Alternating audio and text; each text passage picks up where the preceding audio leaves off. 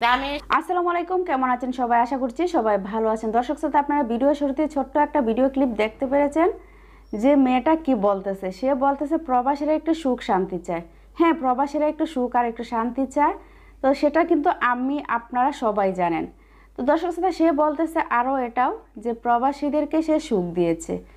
আমার কথা হচ্ছে, এই মহিলাটা যে কি খেয়ে সে কথাগুলো বলতেছে আমার মাথায় আসতেছে না যে সে কি আসলে সুস্থ মস্তিষ্কের মানুষ নাকি, আমি বুঝতে পারতেছি না।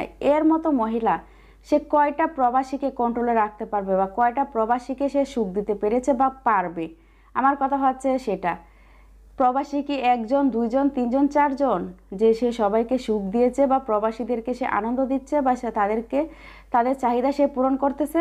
সে যদি চাহিদা তাদের পূরণ করে, তাহলে তাদের ওয়াইফ কিসের জন্য? যে প্রবাসী ভাইরা তাদের স্ত্রী রেখে গিয়েছে, তাদের স্ত্রী কিসের জন্য আছে? এই মহিলার কাছে আমার প্রশ্ন। আর এসব কথা যে বলতেছে, এই কথাগুলো যদি তার পরিবার শুনে, যাদের যে প্রবাসী ভাইদের স্ত্রী আছে তারা যদি শুনে, তাহলে কি ভাববে তাদের স্বামীদেরকে? এই মহিলাটার কি একটু আছে? যদি থাকতো তাহলে সে এগুলো কথা বলতে পারতো যে প্রবাসীদেরকে সে প্রবাসীদেরকে আনন্দ দিয়েছে বা সে প্রবাসীদের চাহিদা মিটিয়েছে। তার যদি শরম লজ্জা বলতে কিছু থাকতো, তাহলে সে এগুলো কথা নিজের মুখে বলতে পারতো না। তাকে কেউ টাকা দিয়ে এগুলো বলাতে বাধ্য করে না। আর যদিও কেউ টাকা দিয়ে থাকে, তাহলে তো তার নিজের সম্মানের দিকে তাকে হলো সে এগুলো কথা না বলতে পারতো। কিন্তু সে কি বলতেছে যে প্রবাসীদের চাহিদা সে মিটিয়েছে।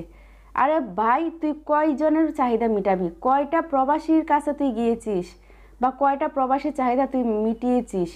কেন তুই এগুলো কথা বলতেছিস? প্রবাসীদেরকে কেন খারাপ বানাচ্ছিস? সব প্রবাসীরা কি খারাপ?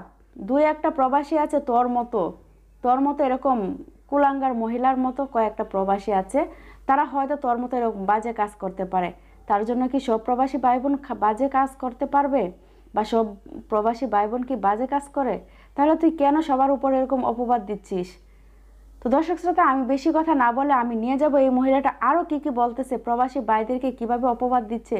যদি আপনারা ভিডিওটা না দেখেন তাহলে বুঝতে পারবেন না। হ্যাঁ, আমি বলবো না যে সব প্রবাসীরা ভালো, ভালো খারাপ মিলিয়েই কিন্তু আছে। তাই